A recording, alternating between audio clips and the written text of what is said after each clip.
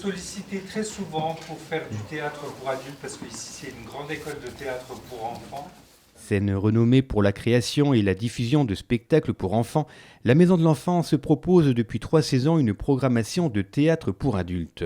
Ça s'appelle les Vendredis du théâtre amateur et la dernière représentation s'est déroulée vendredi dernier devant une salle comble et ravie.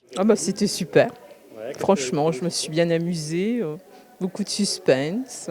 Alors moi, j'ai trouvé excellent. Les comédiens, franchement, super. Ils ont super bien joué.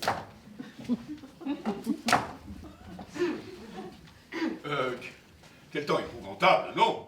Au programme de cette belle soirée, la compagnie de La Banderole venue présenter pour la 21e fois La Souricière, une pièce d'Agatha Christie. La police recherche un suspect aperçu à proximité de Culver Street, à l'heure du crime. Qui est joué depuis plus de 70 ans à Londres. Et donc c'est une énigme policière avec un détective qui va devoir trouver le coupable. Et vous êtes la police?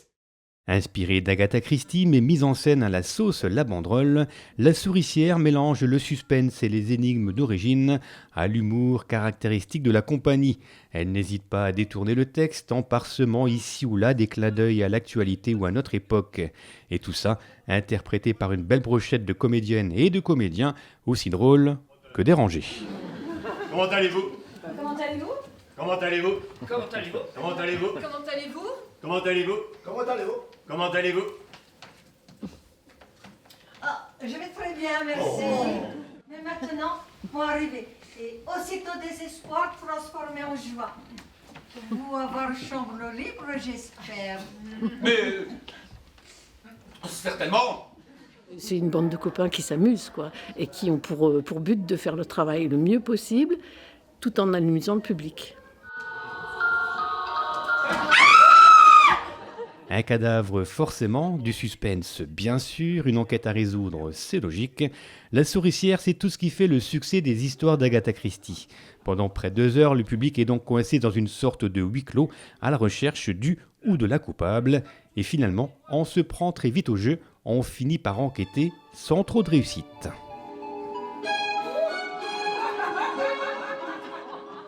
J'ai passé un excellent moment, franchement. Bon, j'ai des amis dans la troupe, mais chaque fois que je les vois, c'est toujours un moment de bonheur. Et là, j'avoue que la pièce m'a encore plus plu que la précédente. Super, c'est la 2e fois qu'on vient la voir, super.